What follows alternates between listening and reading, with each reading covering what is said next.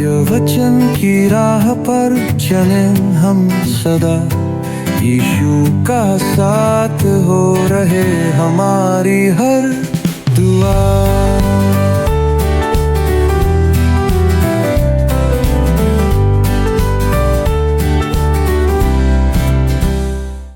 प्रिय दर्शकों, नमस्कार। आशा है आप सभी कुशल से हैं। हम आप सभी की सलामती की दुआ करते हैं। आज के सत्य वचन बाइबल अध्ययन में हम सपन्या के दूसरे अध्याय से अपना मनन आरंभ करेंगे। तो आप अपनी कॉपी और पेन लेकर तैयार हो जाइए। आज हम देखेंगे कि परमेश्वर पृथ्वी की सारी जातियों पर न्याय और दंड की घोषणा करता है, पर उसके साथ परमेश्वर उन्हें अपने क्रोध से बचने का मार्ग भी सुझाता है। तो चलिए जानते हैं कि वो मार्ग क्या है। पर उसके पहले एक गीत को सुनते हुए अपने मनों को वचन के लिए तैयार करते हैं। प्रिय मित्रों, प्रभु यीशु मसीह में आप सबों को प्रेम भरा सलाम। उम्मीद है आप परमेश्वर की दया में सुरक्षित हैं तथा वचन का अध्ययन करने के लिए तैयार हैं। जैसे कि आपको याद है, हम सपन्या की भविष्यवाणियों पर अध्ययन कर रहे हैं और पिछले भाग में हमने देखा था कि परमेश्वर यहूदा को दंड देने की ठान चुका था। वे तो सोच रहे थे कि परमेश्वर चिंता नहीं करता कि वे क्या कर रहे हैं, वह ना तो भला करता है ना बुरा करता है, परंतु परमेश्वर कहता है कि वह उनको ढूंढ ढूंढ कर दंड देगा। उनकी संपत्ति लूटी जाएगी, उनके घर उजाड़े जाएंगे, वे अपने दाख नहीं खा पाएंगे, वे वीर दुख के मारे चिल्लाएंगे, उनका लहू धूलि के समान और उनका मांस विष्ठा के समान फेंक दिया जाएगा। न सोना न चांदी उन्हें बचा पाएगा। परमेश्वर की जलन की आग से सारी पृथ्वी भस्म हो जाएगी। वह पृथ्वी के निवासियों को घबरा देगा और उनका अंत कर देगा। दोस्तों, आज हम दूसरे अध्याय से अपना मनन आरंभ करेंगे और इस भाग का विषय है पृथ्वी और सब जातियों के लोगों पर दंड। परमेश्वर न केवल अपने निज लोगों को पर अन्य जातियों को भी दंड देगा और यही इस अध्याय का मुख्य केंद्र है, जो अध्याय 3 के पद 8 तक जाता है। पर इसके साथ ही परमेश्वर अनुग्रहकारी, विलंब से क्रोध करने वाला तथा नहीं चाहता कि कोई प्राणी नाश हो। इस कारण वह एक अंतिम पुकार देता है। हो सकता है आपको ऐसा प्रतीत हो कि परमेश्वर अपने धैर्य की चरम सीमा तक पहुंच चुका है। पर पहले 3 पद में हम पाते हैं कि सपन्या यहूदा राष्ट्र को मन फिराओ और उसके निकट आने की अंतिम पुकार देखता है। तो आइए हम पढ़ते हैं सपन्या अध्याय 2 का पहला पद। लिखा है, हे निर्लज्ज जाति के लोगों, इकट्ठे हो। दोस्तों, पहली पुकार यहाँ पर है इकट्ठे हो। सबसे पहले उन्हें एक राष्ट्र के रूप में एकत्र होना था। डॉक्टर चार्ल्स फेनबर्ग हबक्कूक, सपन्या, हग्गै और मलाकी पर उनकी टीका में कहते हैं, धर्म सभा करके परमेश्वर के अनुग्रह की याचना करें, जिससे कि प्रार्थना सुनकर परमेश्वर अपना दंड रोक ले। जब वो कहता है, हे निर्लज्ज जाति के लोगों, इकट्ठे हो, यद्यपि उनके पाप के कारण परमेश्वर ने उन पर दंड भेजा था, पर ऐसा नहीं है कि वह उनकी अभिलाषा नहीं रखता था। ऐसा नहीं है कि वह उनसे प्रेम नहीं करता था। उनके पाप के कारण ही उन पर दंड आया था। दोस्तों, वे घृणित थे, फिर भी वे अपनी पापी दशा की शर्म के प्रति असंवेदनशील थे। उनका पाप बहुत ही निम्न स्तर पर पहुंच गया था और वे शर्म से मर चुके थे। उनमें शालीनता की कोई भावना नहीं रही थी। वे अपने आचरण में बेशर्म थे। हम कह सकते हैं कि उनमें पाप के प्रति कोई संवेदनशीलता नहीं बची थी। वे निर्लज्जता से पाप करते थे, वे खुलेआम पाप करते थे और वास्तव में इसका वे घमंड भी करते थे। मित्रों, आज अनेक राष्ट्र ऐसी ही दशा में आ चुके हैं। मैं मानता हूं कि जब मैं बड़ा हो रहा था तब भी इतना ही पाप संसार में था जितना आज है, लेकिन पाप पर्दे के पीछे या किसी और जगह पर छिप कर किया जाता था, जहां उसे देखा ना जा सके। इसे संसार के सामने दिखाया नहीं जाता था, इसका बखान नहीं किया जाता था। दूसरे शब्दों में, यह आज के समय की तरह बेशर्मी वाला पाप नहीं था। मैंने टेलीविज़न पर एक कार्यक्रम में एक युवती को यह कहते सुना कि वह एक ऐसे आदमी के साथ रह रही है जिससे उसने शादी नहीं की है। दोस्तों, प्रोग्राम में मौजूद दूसरे लोगों ने उसका उत्साहवर्धन किया, उसके साहस, उसकी उदारता और सोच के लिए उसे बधाई दी। किसी ने इसे बेशर्मी वाला पाप नहीं कहा। दोस्तों, आज पाप बिल्कुल खुले में है। मुझे नहीं लगता कि इससे ज़्यादा पाप और कुछ हो सकता है। यह बस खुले में है, जहां आप इसे देख सकते हैं, सब लोग इसे देख सकते हैं। पुराने दिनों में लोग पाप करते थे, यह निश्चित है, लेकिन यह छिप कर किया जाता था, गुप्त रीति से, गुप्त रूप से किया जाता था, और पाप के लिए दुख की भावना उनके मन में होती थी, जो आज खो चुकी है, जो आज दिखाई नहीं देती। आप और मैं नहीं जानते कि हमारा पाप परमेश्वर को कितना घृणित लगता है। हम अपने पापों पर विलाप करने में बहुत कम समय बिताते हैं मित्रों।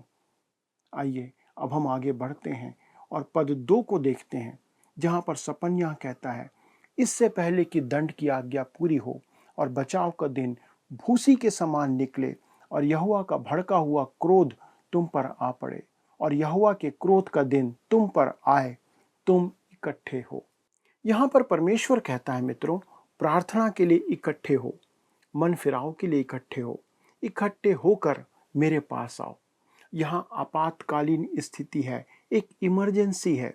इससे पहले कि परमेश्वर दंड देना आरंभ कर दे, पश्चाताप करो, क्योंकि यदि आप उस रेखा को पार कर लोगे और परमेश्वर दंड दे, तब बहुत देर हो जाएगी।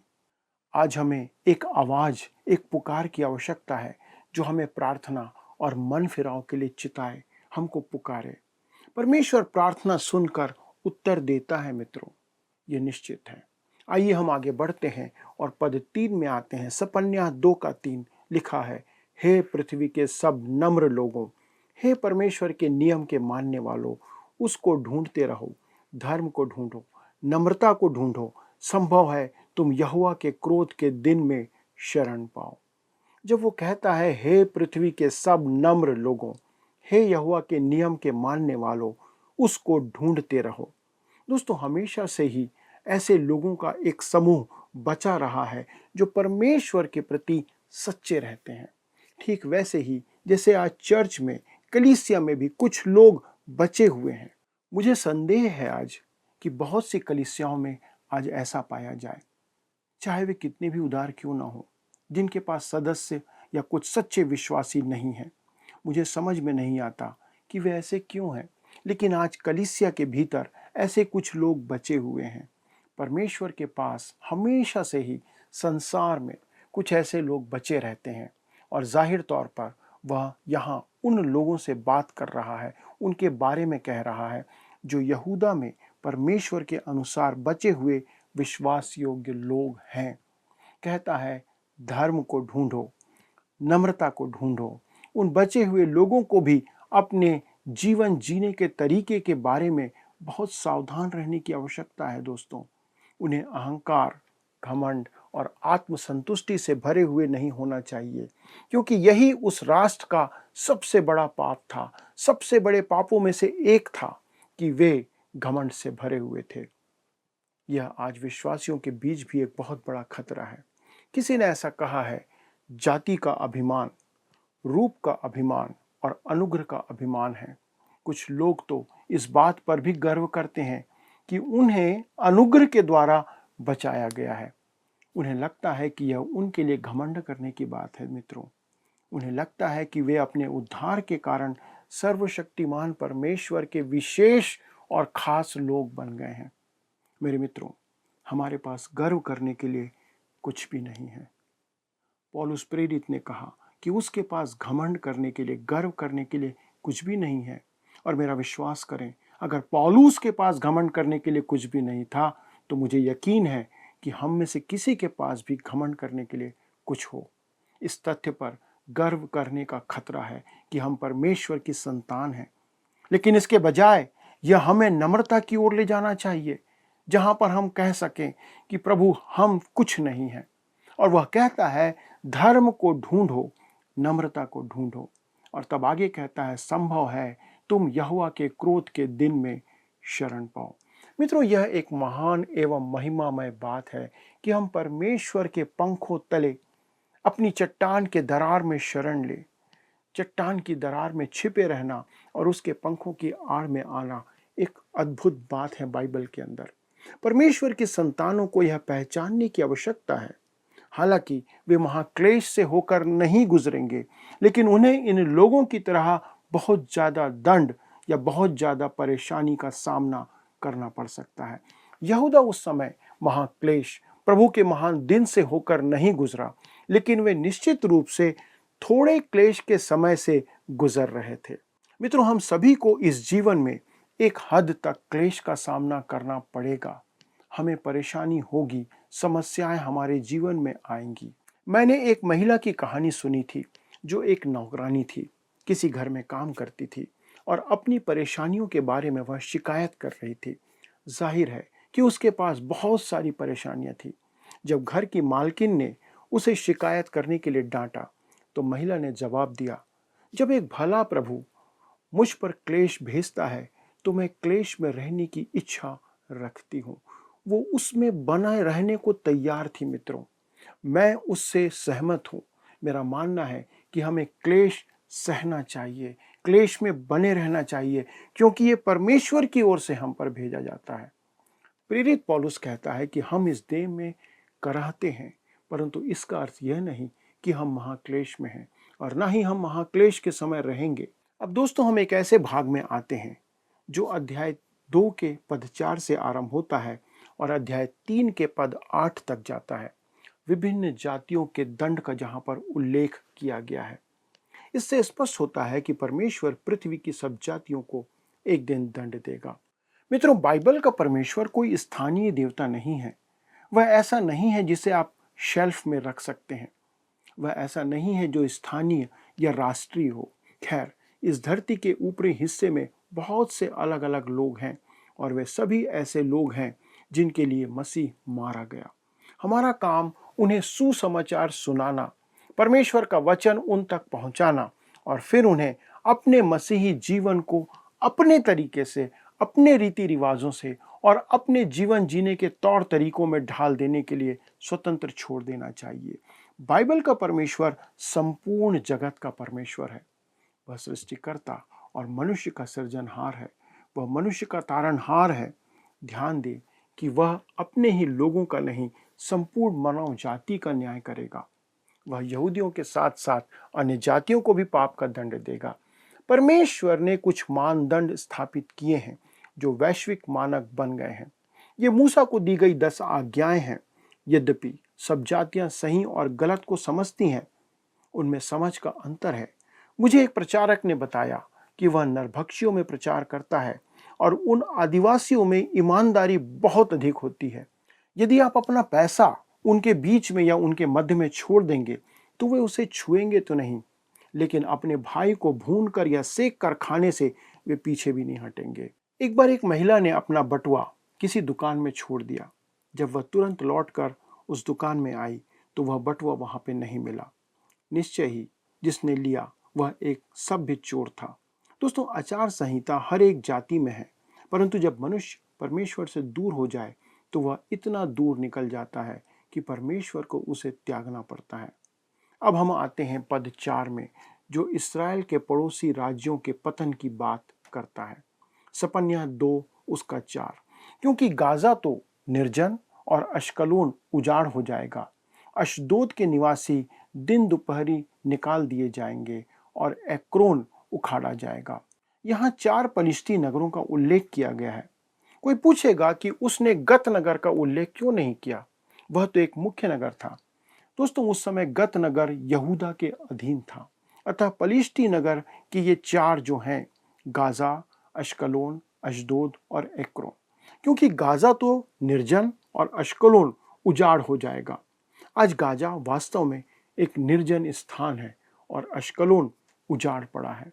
आज जिस स्थान को अश्कलोन कहते हैं वह पुराने नगर के खंडहरों पर नहीं बसा है। प्राचीन अश्कलोन समुद्र के निकट था। वहां दागोन देवता का मंदिर था और उसके खंडहर आज भी वहां मौजूद हैं।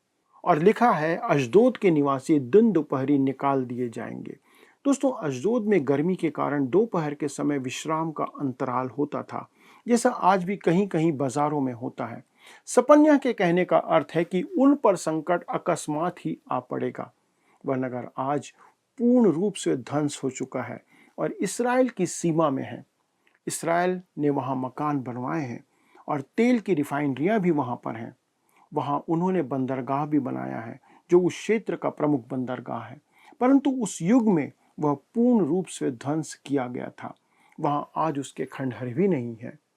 लिखा है एक्रोन उखाड़ा जाएगा। एक्रोन का नामो निशान आज मिट चुका है। तब हम आगे बढ़ते हैं, पद 5 पर आते हैं। लिखा है समुद्र तट के रहने वालों पर हाय, करेती जाति पर हाय, हे कनान, हे पलिस्तियों के देश, यहोवा का वचन तेरे विरुद्ध है और मैं तुझको ऐसा नष्ट करूंगा कि तुझ में कोई ना बचेगा। समुद्र तट के रहने वालों पर हाय। दोस्तों, ये सब स्थान समुद्र के निकट थे। लिखा है करेती जाति पर हाय। दोस्तों, ये क्रेती द्वीप से आए थे और पलिश्ती कहलाते थे। इब्रानी भाषा में पलिश्ती शब्द का अर्थ है अप्रवासी। वे उस देश के बाहर से वहां रहने को आए थे। कुछ लोगों का कहना है कि इसराइल को क्या अधिकार था कि वे पलिश्तियों को बाहर करके वहां रहने जाएं।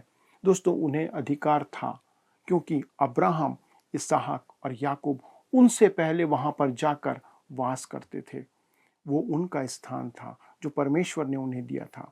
उनका मिस्र पलायन तो बहुत बाद की घटना है। उनके परदेशवास के समय पलिश्ती वहां आकर बस गए। और जब कहता है हे कनान, हे पलिश्तियों के देश, यहोवा का वचन तेरे विरुद्ध है और मैं तुझको ऐसा नष्ट करूंगा कि तुझ में कोई ना बचेगा। दोस्तों, आपने कभी किसी पलिश्ती को देखा है? वे सब की सब विलोप हो गए हैं, आज कहीं नहीं पाए जाते। तब हम आते हैं पद 6 में। सपन्या 2:6 कहता है उसी समुद्री तट पर चरवाहों के घर होंगे और भेड़शालाओं समेत चराई ही चराई होगी। वास्तव में दोस्तों ऐसा ही हुआ था और करीब 1900 वर्ष तक यही स्थिति बनी रही। तब हम पद 7 पर आते हैं और वहां पर कहता है अर्थात वही समुद्र तट यहूदा के घराने के बचे हुओं को मिलेगा, वे उस पर चराएंगे। वे अश्कलोन के छोड़े हुए घरों में सांझ को लेटेंगे, क्योंकि उनका परमेश्वर यहोवा उनकी सुधि लेकर उनकी समृद्धि को लौटा लाएगा। यहाँ अपने लोगों से परमेश्वर की प्रतिज्ञा है कि वह उन्हें बंधुआई से छुड़ाकर लाएगा और पलिश्तियों के देश में बसाएगा, जो भूभाग परमेश्वर ने अब्राहम को दिया था। मित्रों, अश्कलोन भूमध्य सागर का एक मनोरम रेतीला तट है, परंतु मैं आज के अश्कलोन को भविष्यवाणी की पूर्ति नहीं कहूंगा, क्योंकि प्रभु यीशु के आगमन से पूर्व इसराइल एक बार और विस्थापित किया जाएगा। अब वह पश्चिम से पूर्व की ओर ध्यान करता है और इसराइल के पड़ोसी राष्ट्रों पर दंड की घोषणा करता है। तब हम अध्याय 2 के पद 8 और 9 को पढ़ें। मोआब ने जो मेरी प्रजा की नाम धराई और अम्मोनियों ने जो उसकी निंदा करके उसके देश की सीमा पर चढ़ाई की, वह मेरे कानों तक पहुंची। इस कारण इसराइल के परमेश्वर सेनाओं के यहोवा की यह वाणी है, मेरे जीवन की शपथ, निश्चय मोआब सदोम के समान और अम्मोनी अमोरा के समान बिच्छू पेड़ों के स्थान और नमक की खानियां हो जाएंगे और सदैव उजड़े रहेंगे। मेरी प्रजा के बचे हुए उनको लूटेंगे और मेरी जाति के शेष लोग उनको अपने भाग में पाएंगे। दोस्तों, आज संसार में बहुत से गरीब देश हैं, पर उनमें से एक देश है जॉर्डन का हाशिमाइत राज्य, जो प्राचीन युग में मोआब और अम्मोन था। आज उनकी राजधानी अम्मान है। आप उससे अधिक उचाड़ा हुआ देश दूसरा नहीं देख पाएंगे। यह सब भविष्यवाणियों की पूर्ति है। मित्रों, परमेश्वर ने जो कहा उसे पूरा कर दिया। भले ही वह समय देता है कि मनुष्य मन फिराए और उसके निकट आ जाए। आज वचन की सभी भविष्यवाणियां समय के साथ पूरी होती जा रही हैं। आज हमारे पास समय है कि बाइबल की बातों पर, परमेश्वर की भविष्यवाणियों पर हम विश्वास करके परमेश्वर की दया प्राप्त कर लें, इससे पहले कि कहीं देर ना हो जाए। आइए हम प्रार्थना करें। स्वर्गीय परमेश्वर पिता, धन्यवाद देते हैं प्रभु कि आप हमसे इतना प्रेम करते हैं कि आप बार बार बातों को, अपनी उन नीतियों को, अपनी उस दंड की बात को आप हम पर प्रकट करते हैं। पिता परमेश्वर, हमारी प्रार्थना है कि जिस रीति से आपने अपनी भविष्यवाणियों को दिया और समय के साथ पूरी किया। अनुग्रह करें प्रभु कि इस अंत समय की जो भविष्यवाणियां हैं उस पर आज सारे मनुष्य कान लगाएं। वे आपकी उस वाणी को सुनकर आपके निकटता में आ जाएं, क्योंकि प्रभु आपके दंड का समय निकट आ रहा है। हम दिन प्रतिदिन उस ओर बढ़ रहे हैं जब आपका दंड इस पृथ्वी पर प्रकट होगा। प्रभु, हम नहीं जानते कि आपकी योजना कब आरंभ होगी, लेकिन हम इतना जानते हैं एक दिन आप निश्चित तौर पर अपनी बातों को पूरा करेंगे। इससे पहले प्रभु आप हमें बुद्धि, ज्ञान, समझ दें, निर्णय लेने की प्रभु सामर्थ्य दें, समझ दें कि हम वो निर्णय लें जो हमारे हित में, हमारे परिवार के हित में, हमारे आने वाले वंश के हित में हो, कि हम सब प्रभु यीशु आपके निकटता में पाए जाएं। सभी दर्शकों के लिए विनती है प्रभु, वे आपके अनुग्रह और दया में बने रहें। धन्यवाद के साथ इस विनती को यीशु क्रिस्त के नाम से मांगते हैं, आमीन। परमेश्वर आप सबों को बहुतायत से आशीष दे। धन्यवाद। तो दोस्तों, आपने देखा कि परमेश्वर दंड देने में विलंब तो करता है, पर हमें उसके दंड से बचने के लिए नर्म और दीन बनकर उसके पास आने और प्रार्थना करने के लिए भी अवसर देता है। हमारा परमेश्वर ऐसा ही है। वो क्रोध में भी धैर्य रखने वाला परमेश्वर है। हमें क्षमा करने के लिए वो स्वयं ही मार्ग सुझाता है। मित्रों, हम केवल क्षमा याचना करके ही परमेश्वर के कोप से बच सकते हैं। आइए प्रार्थना में बने रहते हुए अपने अध्ययन को समाप्त करें। अगले प्रसारण में आपसे फिर से मुलाकात होगी। तब तक प्रार्थना में लगे रहिए। आप अपने प्रार्थना निवेदन भी हमें स्क्रीन पर आ रहे नंबर पर भेज सकते हैं। अगर इस कार्यक्रम को पुनः देखना चाहें तो हमारे YouTube चैनल वर्ड रिसाउंड्स टुडे पर भी देख सकते हैं। आपका दिन शुभ हो। प्रभु आपको आशीषित करे।